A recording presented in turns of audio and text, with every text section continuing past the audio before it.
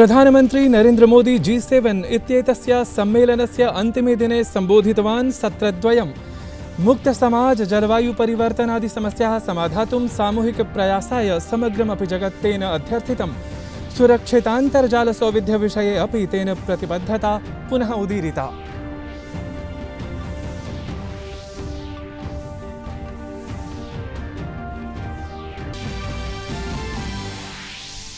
Corona संक्रमणस्य प्रकरणानि अपचीयन्ते, अत एव विविध राज्येषु आगमनिर्गमरोध प्ररोधस्य प्रक्रिया अस्ति समाश्रीयमाणा। दिल्ल्यां विषम व्यवस्था धृता, आगमनिर्गमरोध विधान प्रक्रिया समाप्ता। कर्नाटक हिमाचल महाराष्ट्रादिषु अपि यथा संभवं यथापेक्षं च आगमनिर्गमरोध प्ररोधः। नफ्ताली बेनेट जातः इस्राएल देशस्य नव प्रधानमंत्री। 69 मतमानं विरुध्य 60 मतमानं विजित्य असौ जातः तत्रत्यः नूतन प्रधानमंत्री। वैश्विकः नेतृवर्गः तावत् तस्मै ददाति शुभकामना सन्देशान्।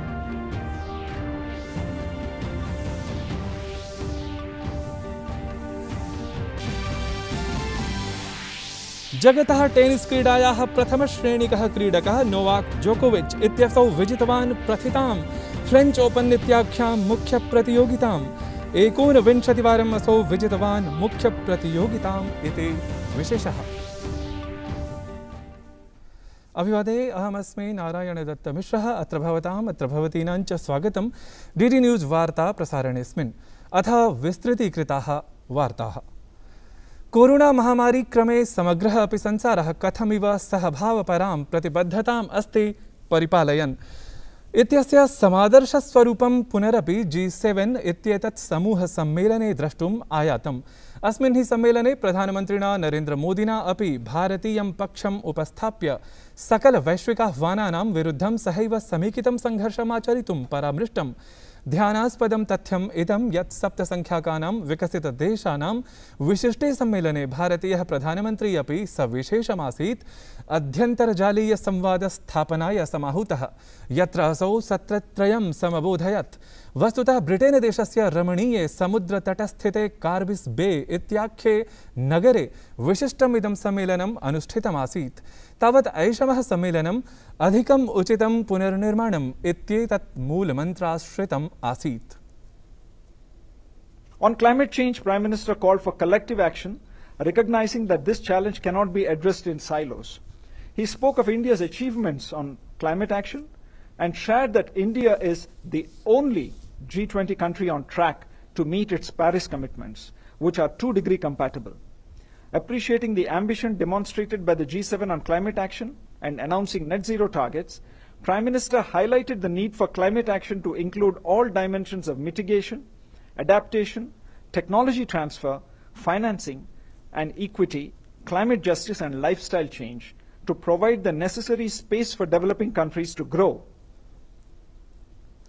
राजस्थाने कांग्रेस दल सन्नीतं शासनं पुनरेकदा अन्तः कलहाकुलं दृश्यते। अपरत्र गहलोत प्रशासनम् एकवारं पुनः दूरभाषध्वन्यङ्कनकारणात् अस्ति आक्षेप्यमाणम्। एतदर्थं राज्यप्रशासनम् अस्थिरतायाः स्थितिं सम्मुखीकरोति। अत्रान्तरे सचिन पायलटस्य दिल्ल्याम् उपस्थितिः तदीयां रुष्टतां संकेतयति। ध्यानास्पदमस्ति यत् अयं च आरोपः न कस्यापि अन्यस्य अपितु कांग्रेस दलीयस्य विधायकस्य एव अस्ति। पायलट पक्षस्य कांग्रेस दलीयः विधायकः वेद प्रकाश सोलंकी ही आक्षेपत् यत् गहलोत शासनेन कांग्रेस दलीय विधायकानां दूरभाषिक संभाषणानां ध्वन्यंकनं क्रियते। कई विधायकों ने जरूर कहा है कि फोन टेप हो रहे हैं। उसके साथ साथ में कई विधायकों ने, उन अधिकारियों ने ये भी कहा है, उनको डराने की कोशिश भी की है कि हमारे ऊपर से ऐसे इंस्ट्रक्शन आ रहे हैं, ऐसा लगने मिल रहा है कि जिससे कोई ट्रैप कराने की कार्रवाई हो रही है या ईसीडी पीछे लगी हुई है। इस तरह के 1-2 विधायकों ने कहा भी ये बात, और ये बात खुद मुख्यमंत्री जी को जाके 1-2 विधायकों ने कल बताई भी है।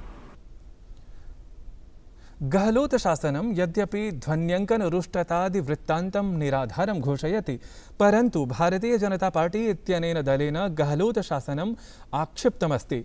दलेन उक्तं यत् गहलोत शासनं विधायकानां दूरभाषिक संभाषण ध्वन्यंकनं राजनीतिकास्त्रत्वेन करोति। इत्थं सम्प्रति राज्ये मध्यावधि निर्वाचनं सम्भाव्यते। कोरोनां विरुध्य देशः संघर्षरतः अस्ति। केन्द्रस्य राज्यप्रशासनानां च उत्तमप्रयासकारणात् कोविड-19 इत्येतत् संक्रमणस्य नूतनप्रकरणेषु निरन्तरम् अपचितिः दृश्यते। गतेषु 6 दिनेषु न केवलं दैनिकानां नूतनप्रकरणानां संख्या 1 लक्षतः अपि न्यूना आसीत्, अपितु संक्रमणमितिः अपि अनारतं प्रतिशतं 5तः न्यूना एव अस्ति। गतासु 24 होरासु 80,834 च नूतनानि कोरोना प्रकरणानि समक्षम् आगतानि। इयं संख्या 1 दिनानन्तरं सर्वतः अल्पा अस्ति इति सूच्यते।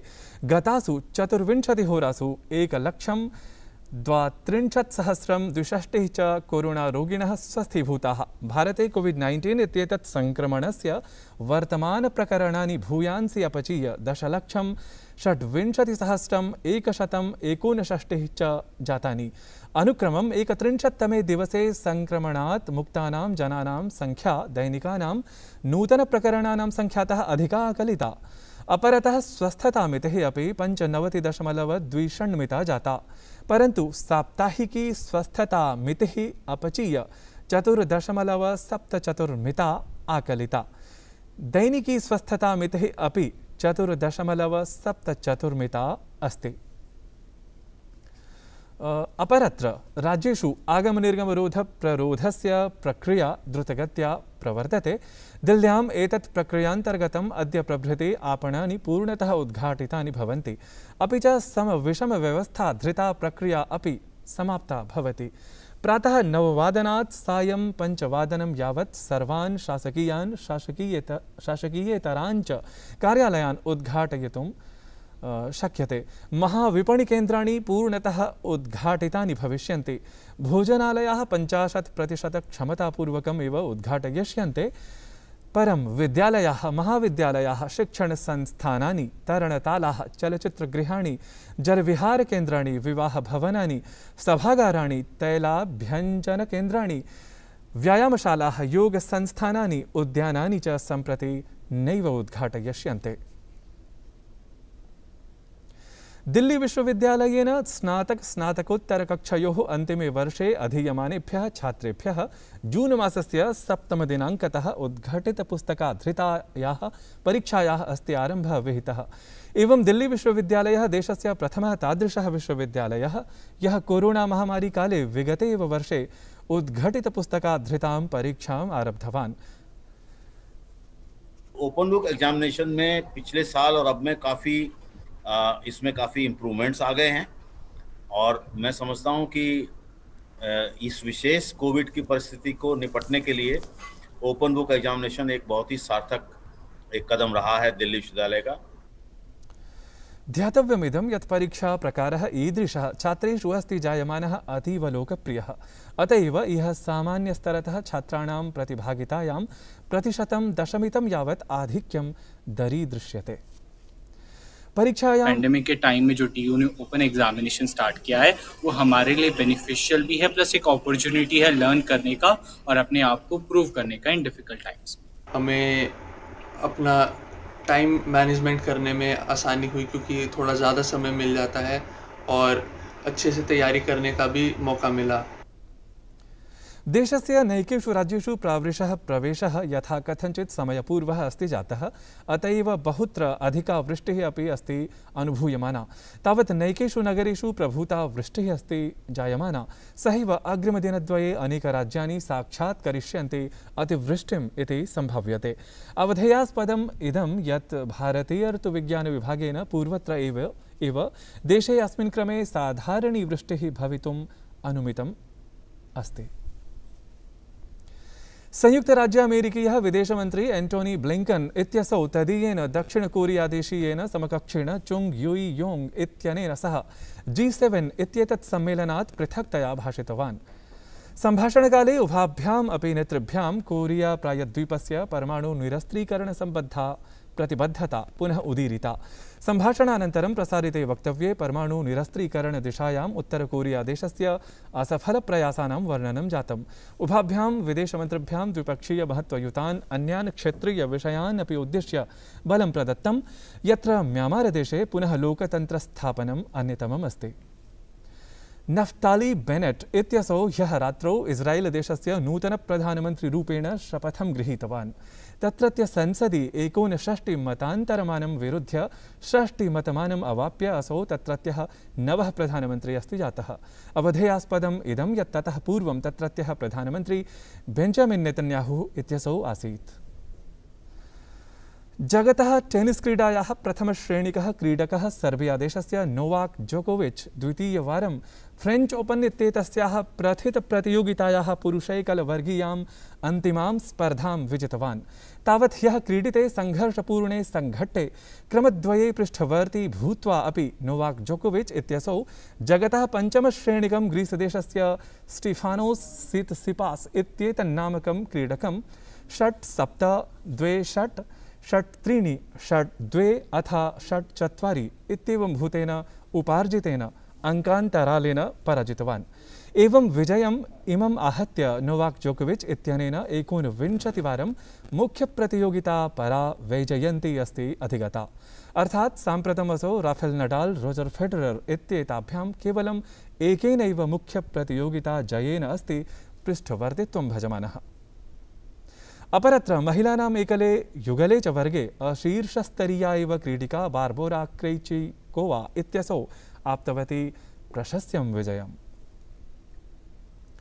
यूरो पदकन्दुकस्पर्धा मालिकायाम् इंग्लैंड दलेन स्वीयाभियानस्य आरम्भः विजयेन कृतः। वेम्बले क्रीडाङ्गणे आयोजिते वर्गीये द्वन्द्वे इंग्लैंड दलेन क्रोएशिया दलं 1-0 इति खेलान्तरालेन पराजितम्। ध्यानास्पदमस्ति यत् यूरोपीय नायकस्पर्धा मालिकायाम् इंग्लैंड दलेन इदं प्रथमतया आरम्भिके द्वन्द्वे एव विजयः प्राप्तः। एतत् वार्तासंस्करणं सम्पद्यते अधुना। अभिनववार्ताः पुनरादाय समुपस्थास्यामः। भूयात् तावत् शुभं मङ्गलम्।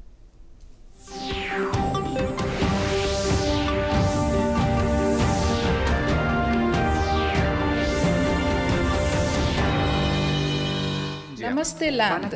मरहबन इलल